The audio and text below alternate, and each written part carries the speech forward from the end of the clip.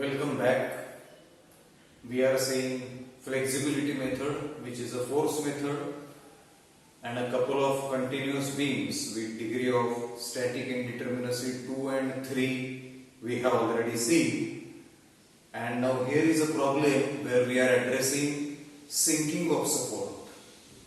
That is, if one of the supports of the continuous beam has a vertical displacement, has a vertical settlement, how to handle that problem using flexibility method. So we have a continuous beam A to B to C, span AB is 5 meters, span BC is 5 meters again, in which at 2 meters from B we have a point load of 14 kilonewton acting on BC, and over span AB we have a UDL of 10 kilonewtons per meter intensity. A is a fixed support, B is an interior roller support, and C is an exterior roller support, and it is given that support B sinks by 2 millimeters. So this support B suffers a settlement, vertically downwards settlement of 2 millimeters. Then we are supposed to know the support reactions and then SFD, BMD, etc. So great, we begin. This is given, flexural rigidity value is given. We begin with degree of static indeterminacy. There are going to be 4 unknown support reactions and 2 equations of equilibrium, ignoring sigma fx equal to 0. So we have 4 unknowns minus 2 available equations, that is degree of static indeterminacy is 2. That means there are 2 redundant forces, in absence of which also there would have been theoretically equilibrium. So I am choosing RC as my redundant 1. I am calling this as node 1, I am calling this as node 2, and RB as my redundant 2. That is what is written here. Q1 is RC, presumably upwards. Q2 is RB, again presumably upwards. And then you are aware of these superposition philosophy, which I have repeated in almost every problem earlier, so I won't go into that again. I will just point out what these diagrams are depicting. This is my M diagram, where these 2 redundants we have removed. We have removed the roller support C, we have removed the roller support B, and then naturally we have removed the unknown reactions RB and RC. We have a determinate beam with loads. Obviously the beam will bend due to gravity loads, and this is the bent shape A, B prime, D prime, C prime, out of which C prime, D prime portion is straight. There is no bending, as there is no external load on that portion.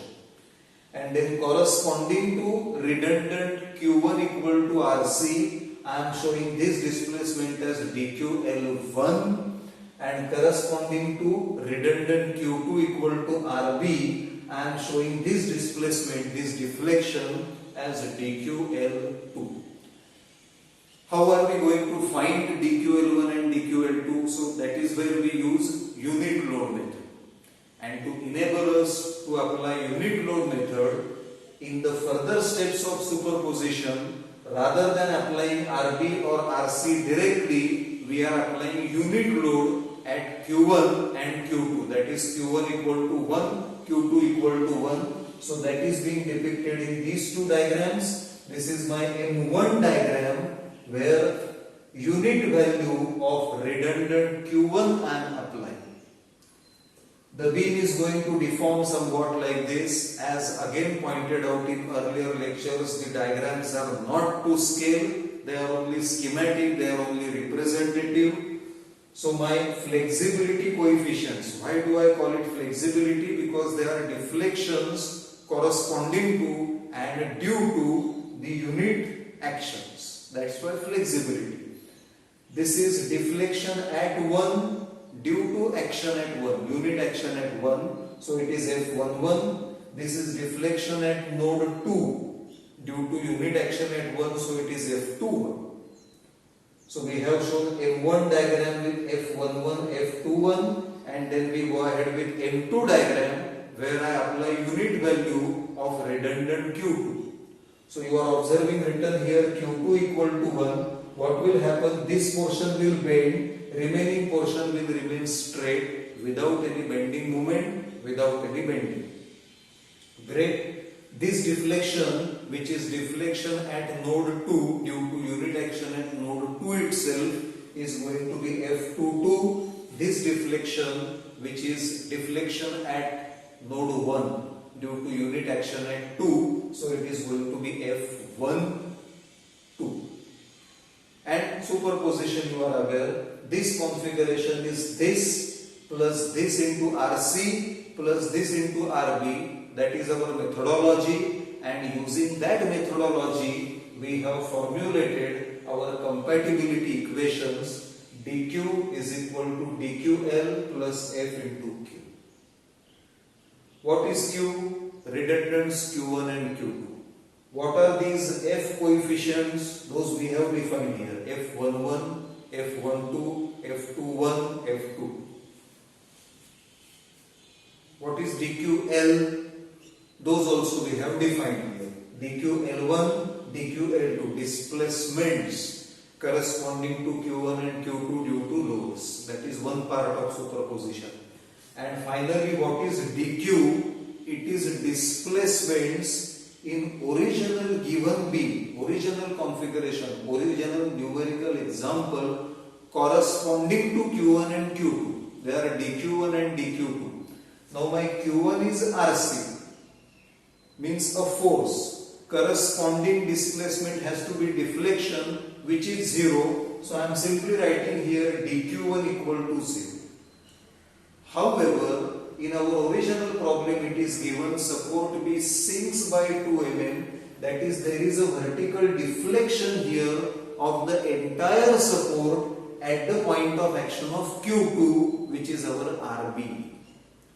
So I am writing dq2, that is deflection corresponding to Q2, that is RB in our original configuration, is equal to negative because it is downwards, and 2 millimeters I have converted into meters, so it is negative 0.002 meters. So how do we handle sinking of supporting flexibility method? If you ask me to answer this question in short, in brief, in one word, I will say this is how it is to be handled. That all your methodology, your superposition, your unit load method calculations, your table, your superposition equation or compatibility equation, everything remains same. What really changes is, earlier we used to have dq1, dq2, dq3, etc. 0 because corresponding to these forces there was no deflection, but now there is sinking of support given, so you do have a vertical translation, so you substitute dq2 equal to that sinking amount in appropriate units with appropriate sign. That's all. Great. Then you are observing I have written the released beam parameters, and I am calculating dql1, dql2, f11, f12 equal to f21 equal to and f22. All these flexibility coefficients, and to make these calculations simple, or rather to enable myself to do these calculations, I have written this table, the usual table with the usual columns: span, origin, limits, capital M, which is bending moment in our M diagram, small m1, which is bending moment in our m1 diagram, and finally small m2, which is bending moment in m2 diagram. So I urge that now that we have solved so many problems already, I won't go into detailed discussion. One thing is certain, there is no bending moment in portion CD. There will be hogging bending moment in portion DB or span DB due to 14 kN load, and there will be hogging bending moment in portion BA also due to this as well as part of UDL. That is how our bending moment expressions appear. I have written certain entries in white and certain entries in yellow just for a proper differentiation. Nothing is highlighted really. This column is yellow, this is white, this is yellow, this is white. So you can read the entries separately, clearly. That's all. When I come to this, in each span, bending moment expression is going to be 1 into x sagging. And when I come to this span, there is no bending moment in these two spans. We are calling B2C as two spans, B2D and D2C, because loading is changing here. 14 kilonewton is making this span separate from this span, that's all. No bending moments here, and then we have sagging bending moment 1 into x minus 5. So that is what I have written here. So I think this table is simple. This is something that we learn in strength of materials, our third semester course. This has been done repetitively in our present course also. And all these diagrams, all these coefficients, parameters I have just now explained, and in earlier problems also I have explained. So I just presume to save your time that now all this is understood by you, but I urge that you draw these diagrams probably by pausing this video. You draw these diagrams on your own, you develop this table and then compare with what I have written. You can pause the video, you can zoom in the video and see the entries more clearly. That is all in your hands. Going ahead, I have calculated dqL1 as integral 0 to L m1 dx upon EI. That value, it is going to be sum of these two integrations, m1 and m1. That's why it is sum of these two, and then I am getting this as my effective answer. dqL2 will be m2 dx upon EI. Naturally, since these two are zeros, when I try to take product m into m2, these two integrations 0 to 3, 3 to 5 simply do not matter. And then I have only one integration, 5 to 10, this multiplied by this. So the value is coming out to be so much. Then I go ahead with f11, which is integral m1 dx over EI. So it is m1 square. Since the integrand is same, you may directly have 0 to 10 under one integration, the summation of three integrations. f12 is equal to f21. We are aware of this. Fij is same as fji. Symmetry matrix. Integral m1 m2 dx upon EI 0 to L. Again, these two products won't matter as there is 0 in m2. Only one integration to be solved, and that is between 5 and 10. So that is what I have done, fetching or yielding this particular value. And then f22 is integral 0 to L m2 m2. So from the table again I calculate m2 m2 square it is, and this is my f2. Fine, the diagram and superpositions are clear, the parameters are clear. This is how we calculate those parameters, those coefficients, and then as discussed earlier, this is our compatibility equation. So I simply now substitute in place of dq, it is 0 and negative 0.002 as already pointed out here. I substitute for dql from these two values. I substitute for flexibility coefficients from all these values, and I am taking 1 upon EI outside. Now I substitute for this EI, I substitute for this EI, and I solve these two algebraic equations as simultaneous equations, giving me Q1 is equal to RC is equal to 5.07 kilonewtons. Q2 is equal to RB is equal to 53.95 kilonewtons. So, flexibility method, force method, we started with redundant forces and we have arrived at the answers for redundant forces.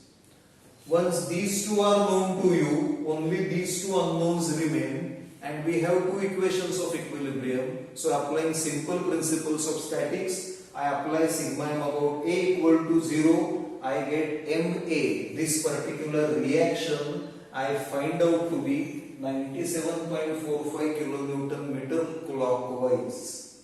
So because of that settlement, usually for cantilever support, if we are getting anti-clockwise reaction, here we are getting a clockwise reaction. And applying sigma Fy0, I get Va is equal to 4.98 kilonewtons upwards. Once I have all the four reactions, I can draw SFB, I can draw BMD. We have done this in almost every problem in our earlier methods. So now I am avoiding drawing SFB, BMD, but you please do it carefully, you please draw it. So that was our last problem on continuous beam. We have seen DSI, degree of static indeterminacy 2 as well as 3. We have seen overhanging support, overhanging portion of the beam, and we are now seeing sinking of support. So all types of problem under continuous beams are covered, and next we will be seeing a non-sway frame. Here we have a non-sway frame problem. We have frame ABC, column AB 4 meter span, carrying a lateral load of 20 kilonewtons rightwards, and then we have beam BC, again 4 meter span, carrying a UDL of 15 kilonewtons per meter intensity. Support A is fixed. Support C is a hinge support. Because of the hinge, it is a non-sway frame. It is not able to sway. And we have to analyze this frame using flexibility approach.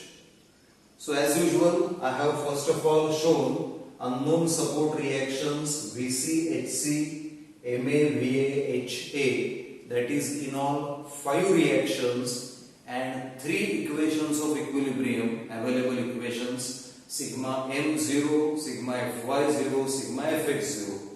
Now this is a frame. So like in beams, we cannot ignore horizontal action and horizontal equation, that is sigma fx equal to 0, we cannot ignore. That was possible, that was an assumption for beams. So that's why I have written degree of static indeterminacy is 5 unknown support reactions minus 3 equations of equilibrium, that is 2. And then obviously I am choosing to remove this hinge support, and I am choosing VC and HC as my redundant forces. So that is what I have written. Q1 is equal to VC, presumably upwards. Q2 is equal to HC, presumably rightwards. That is, to begin with, we are assuming positive sense of these redundants. So Q1 and Q2 are defined. Again, I want you to pay attention to a particular point, that here node 1 and node 2 are actually pertaining to same point, that is hinge support C. So rather than calling them node 1 and node 2, we should say that they are essentially Q1 and Q2. Parameter 1 indicating redundant Q1 is vertical reaction. Parameter 2 indicating Q2 a horizontal reaction, both at C point, VC and HC. Great. Next I have written released frame parameters. So you are aware of these types of diagram. This frame is the original indeterminate frame. Then by removing this constraint, we are converting it into a determinate frame, and I am going to say that this is equal to this plus this into VC plus this into HC. That is, we are developing released frames, we are developing determinate frames, and the superposition is giving us our original configuration. And now for this frame, which I call as M diagram. I have written bending moment equations or expressions. So please observe this table as usual. Span CB, BD and DA. Those are our three spans. And then I am writing for beam CB, I am taking C as origin. So if I take C as origin in the span CB, my bending moment becomes negative 15 x squared by 2.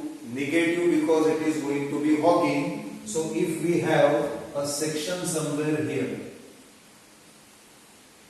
then this bending moment from the right side is going to be 15 into x by 2 hogging. That's why I have written negative 15 x squared by 2. Then when I come to BD portion or BD span, that is this span, I will first explain M diagram only. Then M1, then M2, because this is our first frame, I will go rather steadily. As far as BD is concerned, I have written B is my origin. So what I will do, if B is my origin and I am considering BD and later on DA, that means that AB column is my focus. So beam portion BC, I will ignore or I will convert this loading into equivalent loading. How will that conversion be? This total load is 15 into 4, that is 60. So I am showing a downward 60 force. And the moment of that force, because this 60 kilonewton will act at the mid span, that is at 2 meters. So the moment is going to be 60 into 2, that is 120, and that 120 is going to be a clockwise movement. So I am showing a clockwise movement here and I am writing 120 kilonewton meter.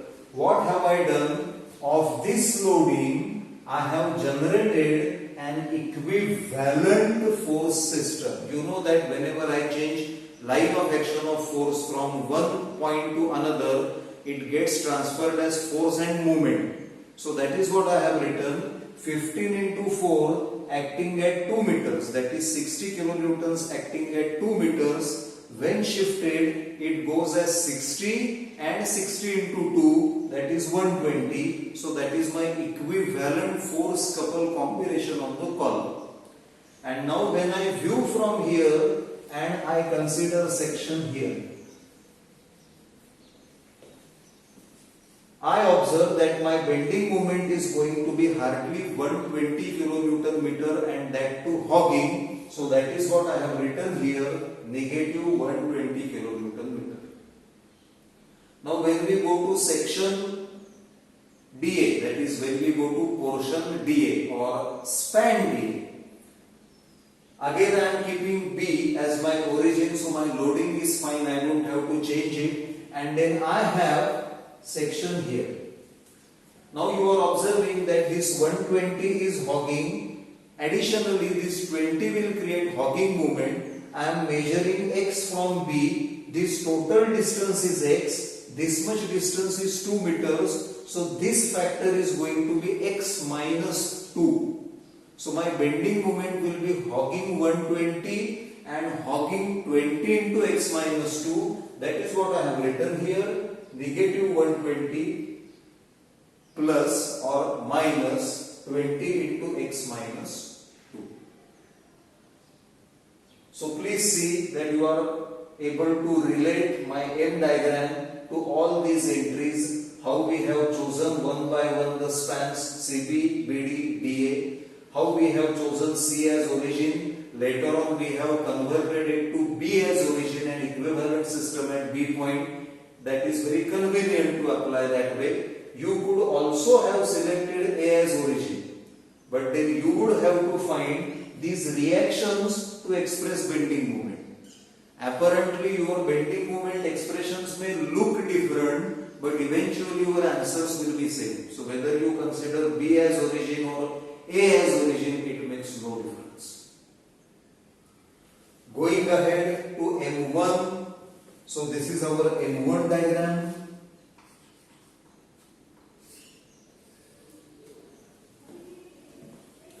Again, I am considering span CB C is my origin, so 0 to 4 will be my limits, and then this is the drawing we are discussing. This is point C, and then our section is here, and we are measuring distance x like this. So that my bending moment will be 1 into x and that to sagging. So I am writing 1 into x positive. Next we have BD as our span. B is the origin. Means what I will have to do? I will have to develop an equivalent system of this here, so that beam portion BC I can ignore.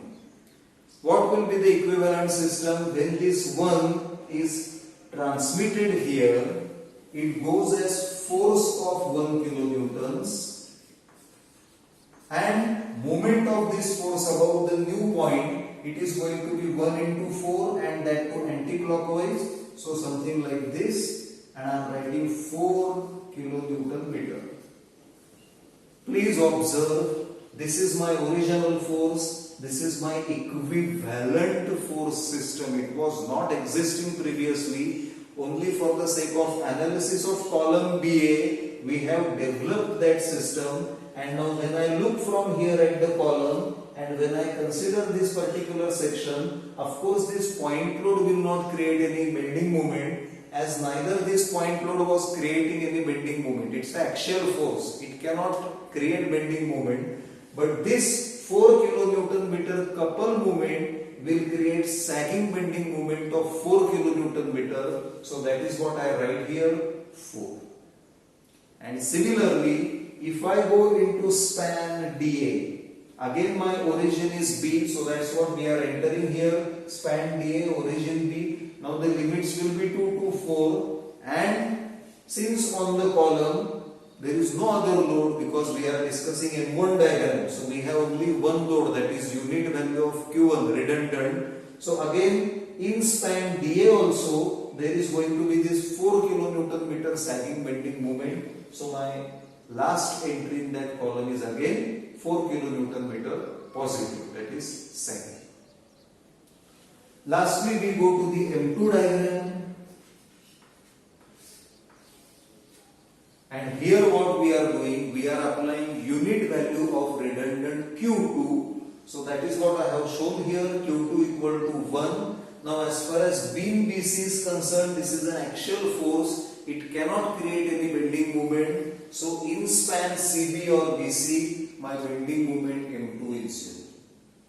If I want to develop an equivalent system directly using transmissibility, because along the line of action force may be transmitted to any suitable connected point, so using transmissibility I am transferring this 1 kilonewton or unit load here.